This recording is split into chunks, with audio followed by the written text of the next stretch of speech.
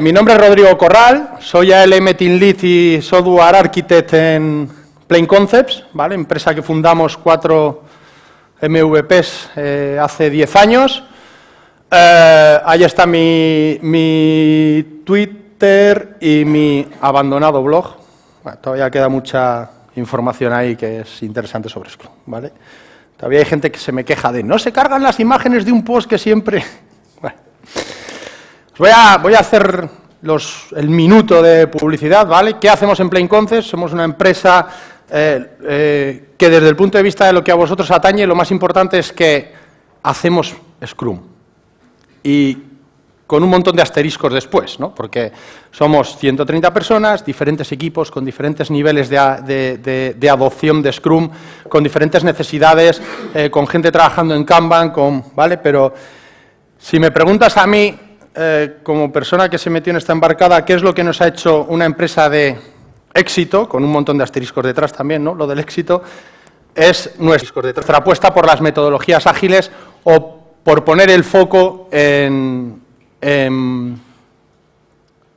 la pericia técnica, ¿no? En hacer las cosas bien, en entregar valor al cliente, ¿vale? Yo creo que eso está en nuestro ADN, ¿vale? Hay gente que lleva poquito en Plain, gente que pasó un tiempo en Plain y creo que estarán de acuerdo con eso, ¿no? Siempre hay una cultura de gusto por hacer las cosas bien, de discutir y de cuestionar todo lo que se hace, ¿vale?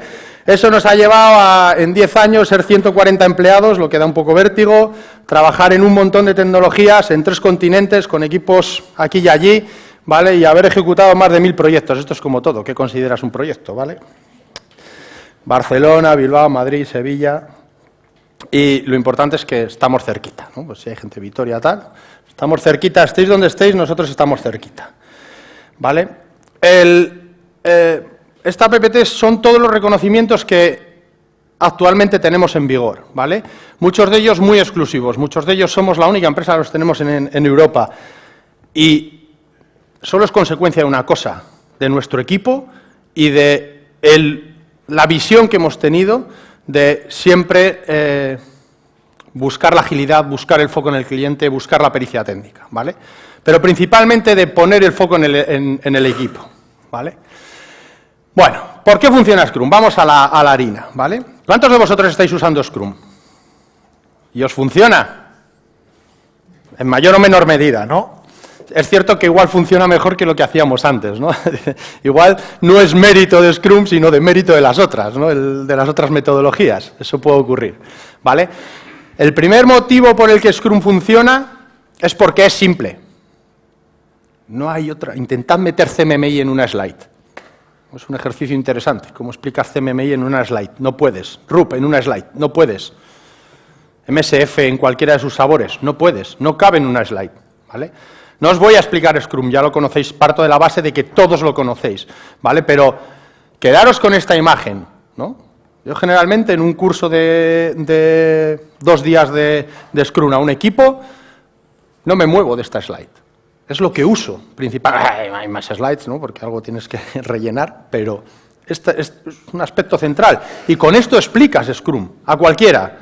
Y cualquiera de vosotros lo podría explicar en 5 minutos. ¿Vale? De hecho, ¿cuántos vídeos habéis visto en YouTube de Scrum explicado en 30 segundos? ¿Y de CMMI en 30 horas? ¿Vale? Entonces, ese nivel de diferencia es importante, la simplicidad, ¿vale? Otro aspecto claro es que tiene valores, otro aspecto importante es que tiene valores muy claros, ¿no? Tú cuando empiezas a mirar al aspecto metodológico dices... ¿Cuáles son los valores de esta metodología? Cuando yo tengo que tomar una decisión central, ¿a qué miro? ¿No? Porque los valores, en la vida, los valores es lo que te permite tomar decisiones de manera rápida, ¿no? Si tú tienes valores y ves un accidente en la carretera y tienes valores, aunque tengas mucha prisa por llegar, te paras. Bueno, además es que es ilegal no pararse, ¿no? Pero... te paras con buena voluntad, ¿no? Entonces, cuando tú tienes unos valores de referencia claros, en este caso el manifiesto ágil, te guían a la hora de tomar decisiones. Vas a tener que adaptar tu metodología a la realidad de tu empresa o de la empresa a la que vayas, ¿vale? Entonces, cuando tú tengas que tomar la decisión de añadir un artefacto, o empiezas a escalar Scrum, y tengas que tomar, por ejemplo, la decisión de voy a añadir un nuevo documento que nos vamos a intercambiar para coordinar equipos, ¿vale? O tengas que añadir una nueva liturgia y diseñar esa liturgia, cuánto dura, quién asiste, tal, sabes por dónde tienes que tirar, ¿vale? Sabes que vamos a preferir colaboración cara a cara, que hay valores claros y fundamentales que nos guían en las metodologías ágiles a la hora de tomar decisiones, ¿vale? Esto es como bastante evidente, pero muchas veces cuando estás trabajando para hacer un roll-up de Scrum en una empresa más o menos grande, ocurre que la gente tiene sus ideas peregrinas sobre cómo debe ser Scrum. Y hay una prueba de fuego que es, ¿cómo mapeas esto al manifiesto ágil? ¿En qué lado del manifiesto ágil? ¿Cae en la izquierda? ¿Cae en la derecha? ¿Por qué tiene valor? ¿Vale? Entonces, el tener esos valores claros y fundamentales hace que Scrum funcione. ¿Por qué? Porque te ahorra muchas discusiones. Sacas el manifiesto ágil, le esgrimes y dices, esto no cae aquí, ¿no? Entonces, es un aspecto importante, ¿vale? Otro aspecto que me gusta mucho de Scrum es que tenemos roles claros y sencillos, ¿no? Product Owner, dueño del qué, ¿vale? Equipo, dueño del cómo, y el Scrum Master, dueño del proceso, simplificando mucho los roles de estas tres personas, simplificando mucho estos tres roles que tenemos en Scrum, ¿no? Fijaros que además estos tres roles tienen un marco muy claro de reglas sencillas, en el que se mueven. Todo el mundo sabe ciertas reglas de Scrum, ¿vale? Y además, una cosa que hace muy bien Scrum relacionado con esto es que, claro, todas las metodologías te proponen que hagas algo, ¿no? Pero no te establecen límites temporales. Entonces, ¿cuál era el problema con Root, por ejemplo? No teníamos un límite temporal claro para terminar de hacer todos aquellos infumables UMLs, ¿no? ¿Habéis estado en algún proyecto en el que 6 meses se han ido en el análisis y al final lo que tenías era diagramas de clase, diagramas de secuencia, diagramas de estado, casos de uso? ¿Y qué se ejecutaba de eso? Nada. ¿Qué tenías de valor? Nada. Scrum te establece límites temporales. ¿Y sabéis por qué son importantes los límites temporales en Scrum? Esta es una pregunta como muy del libro, que luego casi nadie pregunta. ¿Para qué utilizamos los límites temporales en Scrum? Para manejar la complejidad. Si tú no puedes planificar un sprint en la duración de un sprint planning meeting, no lo vas a poder implementar. De nada sirve que sigas añadiendo historias. Qué molesto es el cable este. No sé qué hacer con él, no sé qué hacer con él. Sí, igual soy yo mismo. Así, a ver. Muy bien, ¿vale? Entonces es importante este aspecto. Por eso en Scrum todo tiene un timebox. Todo. Porque es la manera de limitar la complejidad de las reuniones, la complejidad de los sprints, la complejidad de los entregables que vas a tener que tener. Entonces, es un aspecto que hace que Scrum funcione. Por eso, yo creo que hay que ser muy talibán con eso de los tiempos y de que no se nos vayan de la mano los timeboxes de Scrum, ¿vale? Y es algo que relajamos muy fácil, ¿vale? Hay otra cosa que es clave y que igual no es muy evidente. Tenemos el rol de Product Owner, ¿vale? He dicho que es el dueño del qué, ¿no? Hay como dos grandes tareas que tiene que hacer un Product Owner, que es definir y priorizar, ¿vale? Fijaros que la más importante de estas dos, si nos tenemos que quedar con una, lo más importante que tiene que hacer el Product Owner es priorizar lo más importante para el proyecto. Porque tradicionalmente no hemos trabajado por prioridades. Y además es algo que hacemos muy mal los equipos de desarrollo, ¿no? Yo cuando en mis tiempos waterfallistas, ¿no? A ti te daban un análisis, el análisis y los requisitos y tal. ¿Y tú qué buscabas en el documento? Para empezar era un Word, ¿no? Un documento de texto que expresa muy mal las prioridades. Un documento de texto, tú dices, ¿qué es lo prioritario? ¿Está en la página 1 o en la página 100? No lo sabes, ¿no? Escribíamos los requisitos como para leerlos como una novela de Ken Follett, ¿no? ¿Quién se ha leído una especificación de requisitos? Nadie, ¿no? ¿Tú qué hacías como desarrollador? Buscar lo que mola. O sea, ¿qué era lo prioritario para ti de todos esos requisitos? Lo que no sabías hacer, lo que era un reto técnico, pero no estaba priorizado por el valor para el cliente. Fijaros que Scrum nos obliga a hacer esto. Tenemos un Product Backlog expresado como una lista priorizada de requisitos y más arriba está lo que es de más valor para nuestro cliente. Esto es vital a la hora de lograr el éxito de los proyectos, porque ¿habéis estado en algún proyecto que le haya sobrado tiempo? Yo diría que el 100% de los proyectos en los que he trabajado han tenido problemas para cumplir el plazo que tenían, ¿vale? Y cuando tienes problemas para cumplir el plazo, ¿qué es lo único que funciona? ¿Añadir más gente? No funciona. 9 mujeres no tienen un niño en un mes, bla, bla, bla. La ley de Brooks. Lo único que se muestra realmente efectivo es recortar funcionalidad.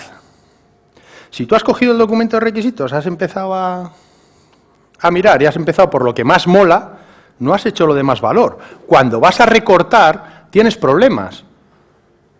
Porque a tu cliente le van a faltar cosas que para él tienen mucho valor. Y los clientes no nos miden por hacer todo. Nos miden por hacer lo que es más importante para ellos, por el retorno de la inversión, ¿vale? Entonces, Scrum funciona como un catalizador muy claro. Además, esta es una tarta que habréis visto muchas veces, ¿no? Que viene a decir que básicamente el 45% de las funcionalidades que añadimos al software está respaldado por un estudio, el Standish Group, que presentaron en la SPI 2002, bla, bla, bla, ¿vale? Pero el mensaje claro es que el 45% del software que construimos no se usa nunca, o de las características que añadimos a nuestro software no se usan nunca, ¿vale? Dices, es que es gente muy mala. Vale, es cierto, son muy patosos, los que respondieron a esta encuesta, estoy de acuerdo, son muy patosos. Pero el 20%, me compráis, ¿no? Que el 20% del software que habéis implementado en vuestra vida no ha llegado a producción nunca. ¿Cuánto valor hay en no hacer ese 20%? No hay nada más barato, ni más fácil de documentar, ni de mantener, ni de evolucionar, que lo que no se hace, ¿vale? Entonces, el motivo principal por el que, o uno de los motivos principales por los que Scrum funciona es porque tenemos que establecer prioridades explícitas y asumimos que es bueno recortar.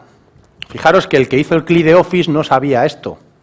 El CLI de Office, esa característica de software que toda la vida lo primero que hacías tú era que no quiero escribir una carta, cojones, que no. Quita de aquí, quita. O sea, has añadido una característica a tu software que básicamente molestaba, ¿vale? Si queréis después os puedo contar una historia también, no me da tiempo ahora, pero si alguien tiene interés os puedo contar otra historia interesante sobre el Ribbon y las cosas que descubrió Microsoft sobre características que añadían a su software que nadie utilizaba, ¿vale? Otro aspecto muy clave, o muy claro de Scrum es que limita los cambios de contexto.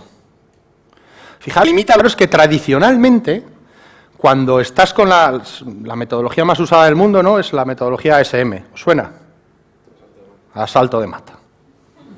¿Vale? Es lo que ahí hemos vivido todos alguna vez. ¿Y cuál es el problema con el asalto de mata? Se supone, yo trabajo las mismas 8 horas, asalto de mata, que con un foco claro. Pero ¿cuál es el problema con el asalto de mata? Los cambios de contexto.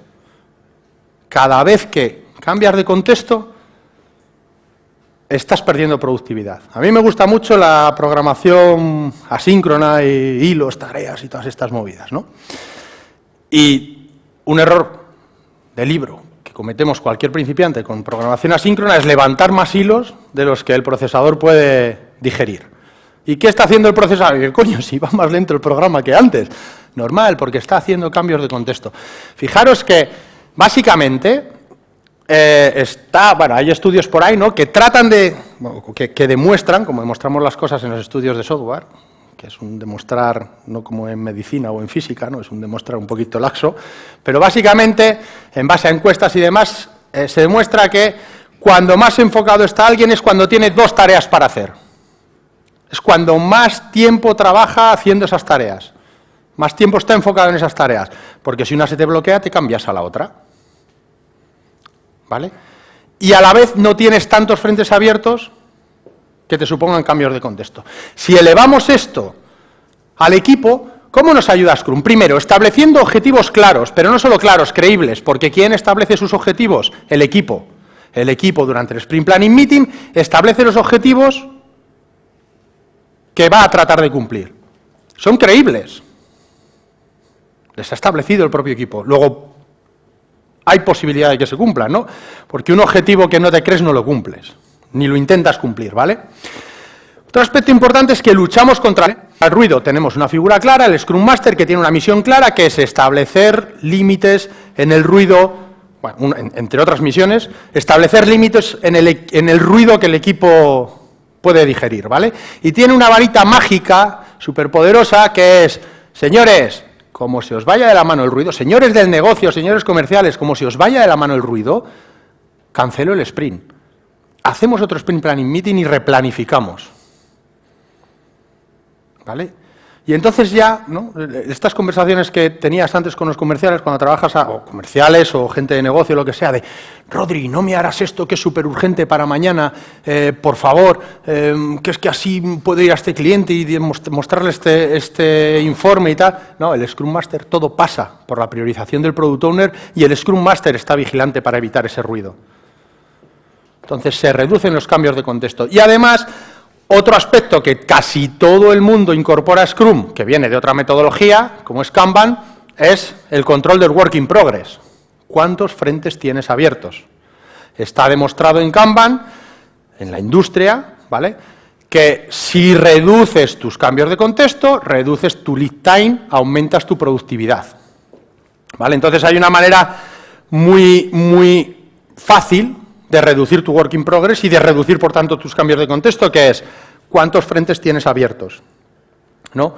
Todos nos fijamos en los paneles para ver qué cosas tenemos en la calle central. ¿Qué cosas, ¿vale?, tenemos en curso y no logramos cerrar? Y ese debe ser un foco importante del equipo, ¿vale? De hecho, un error que cometemos muy habitualmente es: ¿cuántas historias tenemos? 6. ¿Cuántos desarrolladores? 5. Venga, uno a cada historia. Y la otra, con colgandera. Llegas al final del sprint y ¿qué pasa? 5 historias hechas al 92%. A 5 entregado, 0. ¿Vale? Muy habitual. 6 historias, 5 desarrolladores. 2 a una historia, 2 a otra, otro a otra. Mucho menos work in progress, muchos menos cambios de contexto, muchas más posibilidades de llegar al final del sprint con un incremento de funcionalidad potencialmente entregable que suponga retorno de la inversión para el cliente, ¿vale? Entonces, estamos poniendo ese foco. Otro aspecto que a mí me encanta de Scrum es que no limita la creatividad. Yo, sinceramente, hay un problema muy gordo con otros modelos de trabajo, ¿vale?, que es que limitan totalmente la creatividad. De hecho, a nosotros nos pasa que a veces contratas un desarrollador que técnicamente es bueno, pero le cuesta mucho el soltar ese puntito de yo doy mi opinión, yo participo, yo respeto las ideas de los demás, pero las rebato si no me gustan, yo defiendo mis ideas si las tengo, yo defiendo mis soluciones técnicas. Hay mucha gente que está acostumbrada a hacer lo que le dicen. No, es que a mí esto en mi anterior empresa me lo decían. ¿Y? Pues bueno, tú eres el jefe, pues dime qué tengo que hacer. No, esto no funciona así. Tú eres un tío inteligente, creativo. Estás aquí para sumar al equipo y tus ideas son tan buenas como las mías. Ah, pero es que tú eres el jefe. Sí, bueno, vale, pero tú eres quien me tiene que poner el punto de esto no es buena idea o sí. Eres uno más del equipo realmente, ¿no? Entonces no hay esa jerarquía, el equipo es autoorganizado y sobre todo es muy importante porque es un catalizador claro para la motivación. Tú llegas a un equipo donde puedes tener voz y tu motivación, no, al principio estás acojonado, no nos engañemos, la gente está allí, ¿cómo digo yo algo malo aquí en la retrospectiva? Pero en cuanto la gente se empieza a soltar, empieza a fluir un punto de motivación que es muy importante. ¿Por qué yo? Bueno, yo tengo mi faceta de desarrollador, mi faceta de agilista y mi faceta de empresario. ¿Y por qué quiero a gente motivada en mi equipo? Pues como soy agilista, así muy zen, nos gusta abrazar árboles, este tipo de cosas que hacen los agilistas y tal, ¿no? Que la gente sea feliz. No, es egoísmo económico. Egoísmo económico. Soy un tío que tiene una empresa, que tiene que pagar unas nóminas al final y que tengo muy claro que, porque lo he vivido en mis carnes, que la gente motivada produce mucho más. Es puro egoísmo económico. Vale, además, esto no lo respaldo yo con mi experiencia, que también Timothy Lister y Tom DeMarco, a los que todos conoceréis de Peopleware, ya hicieron un estudio que dejaba estudios de estos de informática, con todos los asteriscos detrás, ¿no? Ya hicieron una serie de encuestas en las que demostraban que el principal factor de éxito en un proyecto es la motivación del equipo por hacerlo. Entonces, por eso quieres gente motivada, ¿vale? Eso de que todo el mundo participa es un reto a veces, insisto. Lograr que todo el mundo participe es complicado. ¿Cómo lo logras? Estableciendo un entorno seguro, ¿vale? Es seguro equivocarse. Es seguro equivocarse, ¿vale? De hecho, otro aspecto importante es que, o que a mí me gusta de Scrum, es que tiene un nivel de exigencia. Exige resultados, ¿vale? Yo he trabajado en entornos donde llevábamos un project, ¿no? Tú hacías un project y los resultados se medían, ¿no?, por cómo avanzaban las barritas azules por el project. Y avanzaban muy bien, ¿no? Hasta el 90% avanzaban muy bien.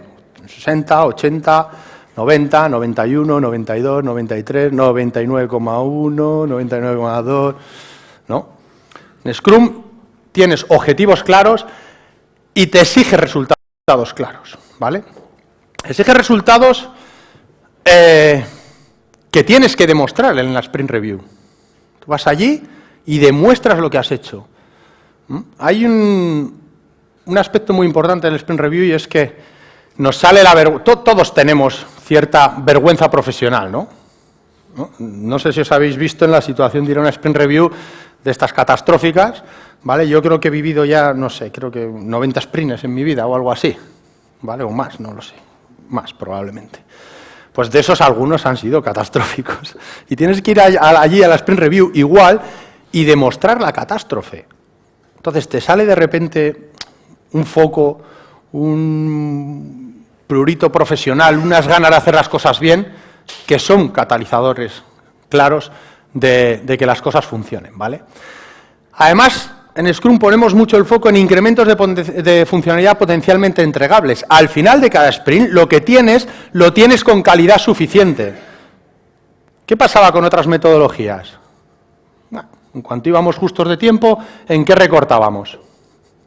En calidad, ¿no? La frase mítica de cuando entran las prisas, lo primero que sale por la ventana es la calidad. Es cierto. Pero luego hablaremos un poquito de por qué eso no funciona y por qué Scrum nos protege de eso, ¿vale? Y fijaros que además exige resultados no solo de cara al equipo, no solo ese tema de tu vergüenza profesional, sino de cara a tu cliente.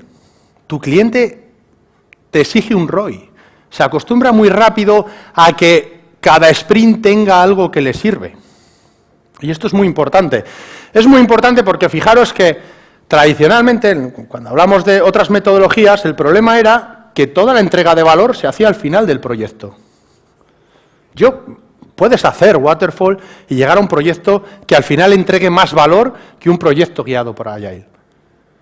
Pero en Agile el valor se entrega antes, ¿vale?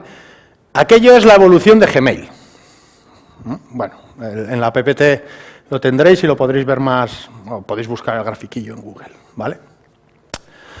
¿Recordáis cuál era por qué es importante el retorno a la inversión? ¿Recordáis cuál era la propuesta de valor de Gmail? ¿Qué es lo único que proponía como, no? Y voy a sonar viejuno, pero bueno, da igual. Teníamos nuestro correo de Terra, ¿vale? Habrá gente en la sala que no sepa ni lo que es. Teníamos nuestro correo de Terra que básicamente tenía 15, 20 megas, ¿vale? Y de repente apareció Gmail. No, pero el correo de Terra ya tenía banderitas, agenda, contactos, buscador, no sé qué, y apareció el correo de Gmail. ¡1 giga! ¡1 giga! que te conectabas por módem, ¿sabes? Que es que no podías enviar 1 giga de correo a nadie, ni nadie te lo podía enviar a ti. Hubo un tiempo en que podías ligar con las, ¿no? La uni podías ligar con las invitaciones de Gmail. Tengo invitaciones de Gmail, era mejor que invitar a copas. Pero la clave de esta historia es que acertaron con la propuesta de valor. 1 giga es lo que la gente demandaba. Y a Google le salió redondo, porque el retorno de la inversión fue: compramos muchos discos duros, hacemos una interfaz de mierda, no tenías banderitas, solo podías buscar. Si querías, no tenías carpetas para organizar tu correo y tú dices, ¿en serio Gmail era así? Sí, Gmail era así. La versión 1 de Gmail era así. Ahora puedes cambiar el fondo, puedes acceder por IMAP, puedes hacer... Ya han ido llegando las características. Lógicamente, en 10 años Gmail ha evolucionado mucho, pero salió a la calle con la mínima propuesta de valor que la gente estaba demandando. Y ahora todos usamos Gmail. Bueno, yo me resisto, pero... ¿Vale? Entonces, por eso es importante también en nuestros proyectos poner mucho el foco en esos resultados, ¿vale? Además, otra cosa que me encanta, la última charla que dieron en una CAS se llamaba, creo que fue en la CAS de Bilbao, el año pasado creo que no estuve, bueno, en la CAS de Bilbao de una charla que se llamaba Leyes fundamentales del software que todo Scrum Master debería conocer. Leyes, ¿vale? Bueno, el cono de incertidumbre, el que las tareas tienen un tiempo mínimo de ejecución, ¿vale? El hecho de que no vamos a acertar con nuestras estimaciones, todo eso hemos implementado en Scrum. Y fijaros que una cosa clave, ahora hablaremos un poquito de métricas, es que todas estas cosas que en otras metodologías hemos ignorado, en Scrum están ahí, están en su ADN. ¿Vale? Fijaros que en otras metodologías tú hacías un plan de proyecto y al principio eso era verdad verdadera, verdad absoluta y daba igual lo que pasase. Si tus estimaciones eran malas, tú lo ignorabas y la respuesta a unas malas estimaciones o a nunca unas malas estimaciones, todas las estimaciones son malas por definición, son estimaciones, no certezas. La respuesta era ya apretaremos el culo más y ya recuperaremos tiempo.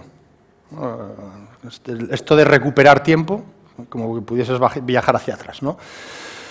Entonces, tenemos en cuenta la incertidumbre en nuestras estimaciones y utilizamos la velocidad como métrica. Cuando utilizamos la velocidad como métrica, da igual cuán malos seamos estimando.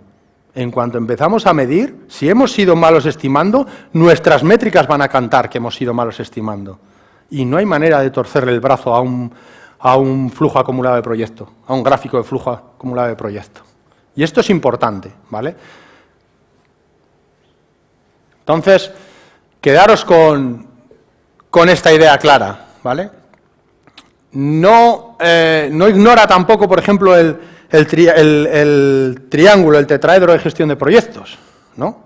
Todos le conocéis, o a todos os suena, ¿vale? Probablemente es la ley más inmutable del desarrollo de software, ¿no? De alcance, tiempo, recursos, calidad, ¿vale?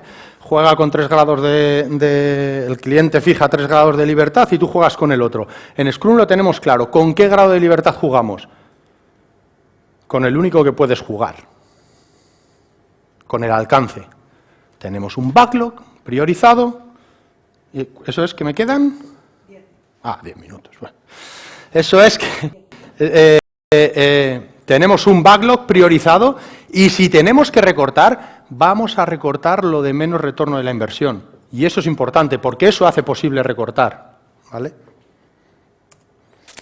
Fijaros que otro aspecto importante de por qué Scrum funciona es porque poco es mucho. Cuando hablas de añadir elementos metodológicos a un equipo de desarrollo, ¿no? ¿Cuál era el problema con las grandes metodologías? Que nada era opcional. Tú estabas haciendo CMMI y venía un appraisal, venía el Scampi allí y te empezaba a decir, ¿haces esto? Sí, checklist. ¿Haces esto? Sí, checklist. ¿Haces esto? No, pues lo tienes que hacer. ¿Por qué? Porque lo tienes que hacer. ¿Por qué? Porque lo pone en el libro. Ya, pero que no eres el nivel 3, ¿eh? Pero me sirve a mí. Fijaros que en Scrum casi todo es opcional, ¿vale? Hay una cosa que no es opcional, es de aquellas prácticas de Scrum que usas, no te saltes sus reglas básicas, ¿no? Pero casi todo es opcional. Scrum no te obliga a usar historias de usuario, no te obliga a hacer continuous delivery, no te obliga ni siquiera a hacer un sprint review. te obliga a radiar información de cómo ha ido tu sprint, ¿vale? Que la mejor manera es una demo, un sprint review, tal, perfecto. Pero muy pocos elementos de Scrum son obligatorios, ¿vale? Entonces, ojo con esto, porque te permite también descafeinar tanto Scrum que no sea nada. Dice, no, estamos haciendo asalto de mata, pero tenemos un Scrum Master, ¿vale? Por eso es importante, cuando eliminas elementos de Scrum, ver cómo está casando eso con los valores del manifiesto ágil, ¿vale? Y sobre todo saber que poco es mucho. Los beneficios de la metodología, al final cuando tú estás implementando una metodología, puedes ir añadiendo elementos metodológicos hasta que lo que estés añadiendo sea ruido. Yo he estado en sitios donde, ¿por qué hacemos un diagrama de casos de uso? Un diagrama de secuencia de esto. Porque el libro dice que hay que hacer un diagrama de secuencia. Si es que no hay secuencia ninguna, esto no casa, hay que hacerlo por el libro. En Scrum tenemos eso asumido, ¿no? Por ejemplo, el Mike Cohn, ¿no? Que habla del síndrome de completitud de los casos de uso de UML, ¿no? Es que como tienes campos que tienes que rellenar, si te dejas un campo de poscondiciones sin rellenar, joder, bagazo de Rodrigo que no rellena las poscondiciones del caso de uso, y las rellenabas por rellenar. En Scrum tenemos asumido que utilizamos aquello que necesitamos, ¿vale? Poco es mucho. Otro factor clave en Scrum. Ojo, porque también ocurre, ¿no? Y esto se ve muy a menudo, que empiezas Scrum, ¿no? Es que es mucho, venga, Kanban, joder, Kanban, es que hay que mover tarjetas, venga, ¿qué estamos haciendo? No, agilismo. ¿Agilismo de qué? ¿Vale? Yo siempre digo que Kanban es el Scrum de los cobardes y bla, bla, bla, ¿no? En plan coña, pero algo de eso hay a veces, ¿vale?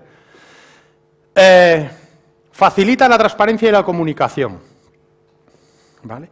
Fijaros que otras metodologías, hay una metodología que cuando leéis, no sé si habéis leído las primeras obras ahí de Scrum, ¿no? Y dice, Scrum es una metodología basada en RUP, ahí, lo dice por ahí Jess Sutherland en algún libro, y yo fue como, ¿en serio? ¿He salido de la sartén para caer en el fuego? Y es cierto, porque RUP era una metodología, el Rational Unified Process, tenía una cosa buena, y es que todo giraba alrededor de cómo se comunicaban los miembros del equipo y la gente que participaba en el proyecto, ¿vale? Hasta ahí todo bien. ¿Cuál es la mala idea? La mala idea es que dijeron, pues mira, para comunicarte, lo que tú necesitas es un Unified Modeling Language, en el que todos somos nativos, ¿no? Todos hemos nacido, nos cuesta entendernos en castellano. Pues en UML, ¿no? Tú hacías un diagrama UML y nadie más le entendía. Era tu diagrama UML. Y le veías 3 meses después y no sabías qué querías haber expresado ahí. Entonces, cuando Jess Sutherland y Ken Saber diseñan Scrum, dicen, sí, la comunicación es una pieza central, eso lo ha hecho bien RUP, pero queremos comunicación cara a cara. Queremos reuniones, queremos liturgias, ¿vale? ¡Uy, reuniones! Otra alerta. ¡Oh, reuniones! Oh, ya eso faltaba. ¿Más reuniones en esta empresa? ¿Nos vamos a reunir todos los días? Sí, joder, ya tiemblas, ¿no? Reuniones con un timebox claro, con unos asistentes claros, con unos objetivos claros, con unas entradas y salidas claras. Así sí se es productivo, ¿vale? Y es importante el hecho de que radiamos información, ¿vale? Fijaros, a mí me gusta mucho, esto lo suelo repetir mucho en muchas charlas, esta foto de la construcción de la Torre Eiffel, porque es el radiador perfecto de información. O sea, nadie en París se preguntaba cómo vamos en la construcción de la Torre Eiffel. Lo veía todo París, cómo iba avanzando. Todo el mundo sabía cuál era el deadline, que era la exposición universal. Más visual que eso, ¿vale? Fijaros que esto es otra cosa que también ponemos mucho el foco en Scrum y que por eso funciona, que es radiemos información de la manera más visual posible, ¿vale? Tableros, bardowns, ¿vale? Otro aspecto importante es que implementamos métricas, aspecto importante porque medir algo es un camino para mejorar, ¿no? Yo soy un pésimo era un pésimo nadador, mi mujer me regaló un Garmin de estos que miden y ahora como estoy picado a ver si le gano al puñetero reloj de lo que me dice que debo hacer y tal igual, pues estoy mejorando por el simple hecho de medir, ¿vale? Entonces, es importante medir la realidad, ¿vale? ¿Cómo medimos la realidad?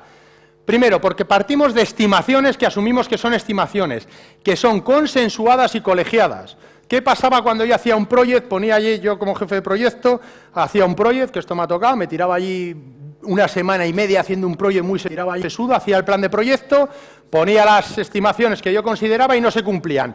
¿Cuál era el análisis posible? ¿Por qué no estamos llegando? ¿Por qué no estamos cumpliendo nuestro baseline que nos hemos trazado? ¿Qué está pasando aquí? La respuesta era clara. Rodrigo, eres pésimo estimando. Ya se acababa todo análisis, no había más posibilidad de análisis allí. Ahora, cuando es todo el equipo el que, por ejemplo, usando la baraja, ¿no?, que es una técnica que todos conocemos, que nos permite estimar de manera rápida y sobre todo consensuada, que todo el mundo tenga voz, que todo el mundo se crea las estimaciones, ahora ya el análisis puede ir más allá. ¿Por qué no hemos estimado bien? ¿Qué se nos ha escapado? ¿Cómo afecta esto al devenir del proyecto? Ya no vale el análisis simplista de, es que el jefe de proyecto ha estimado mal. No vale.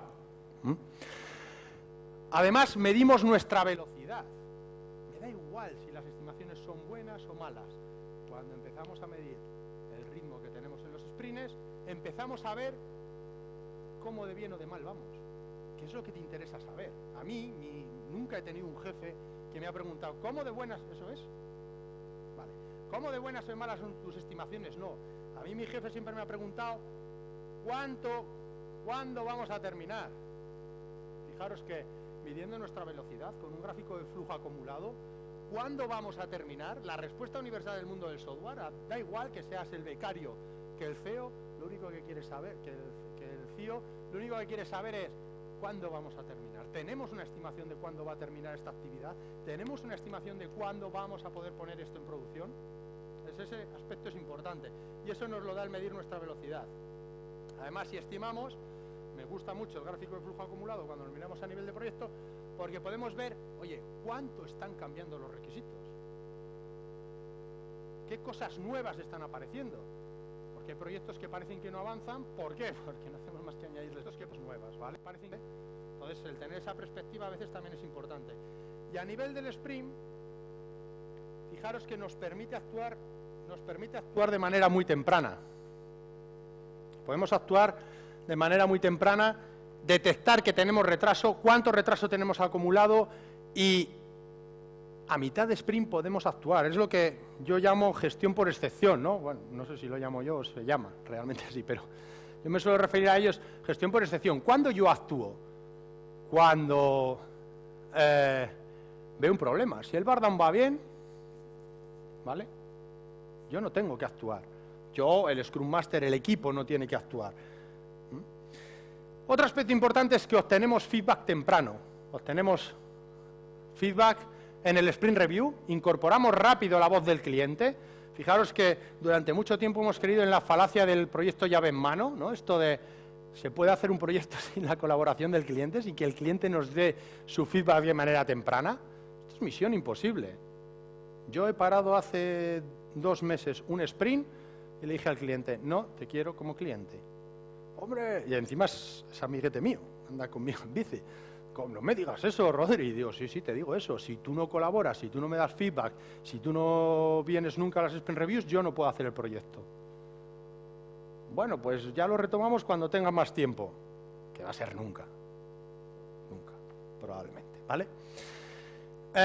Otra cosa que funciona muy bien en Scrum es que aprendemos haciendo. Y esto me encanta porque tú coges a alguien, ¿no? Yo llegué a Panda, me tiré, que fue mi primer trabajo serio, ¿no? No hice el antivirus, disclaimer,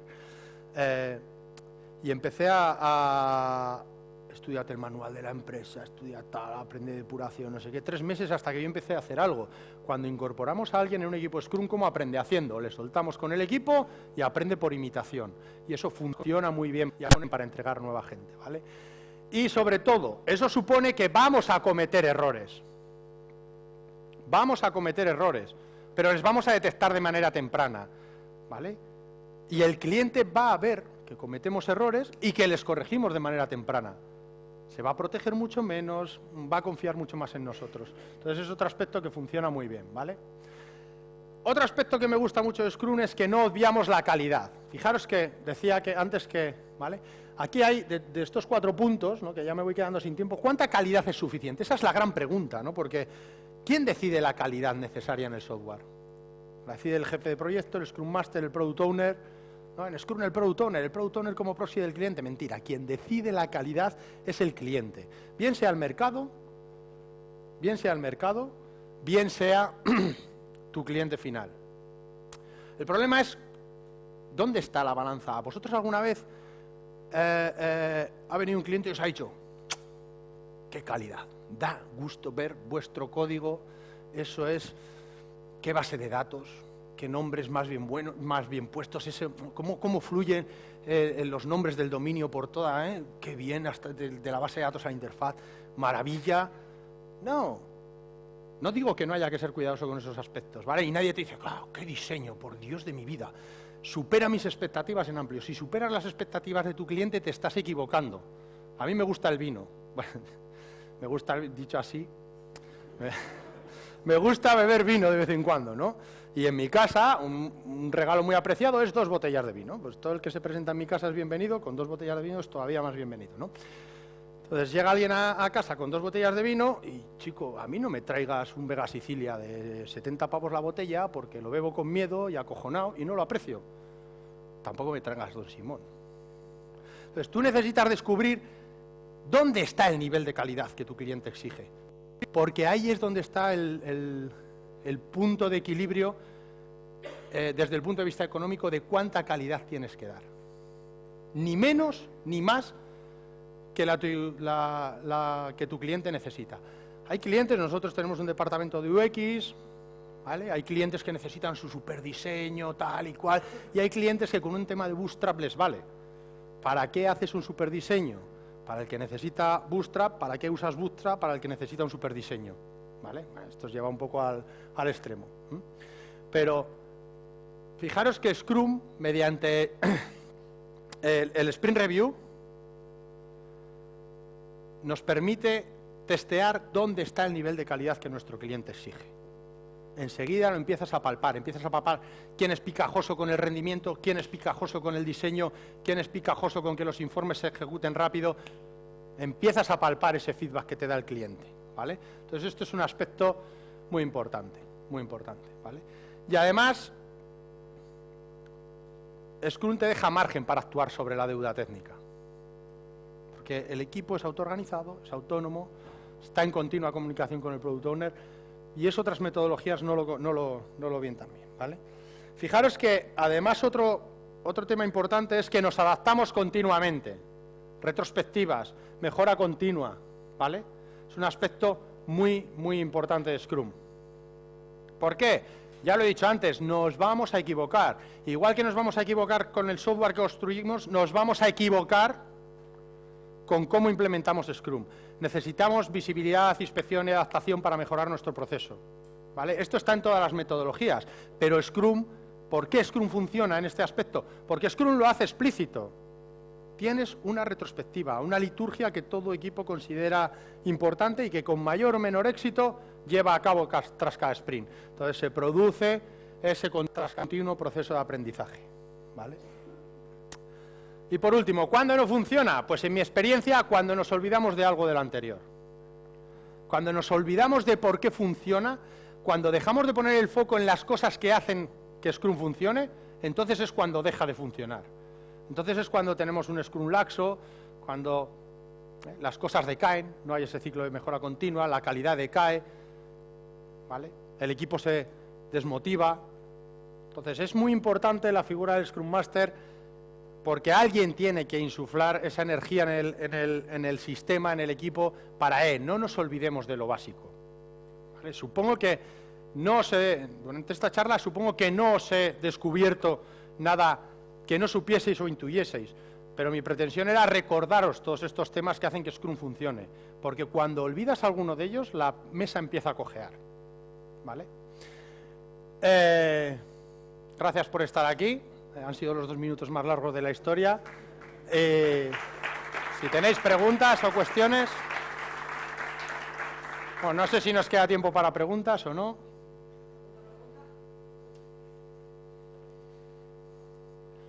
Ay, Dios mío, este es el momento más difícil, ¿no? Porque ahora tienes que dar una respuesta ahí como que lo supieses todo.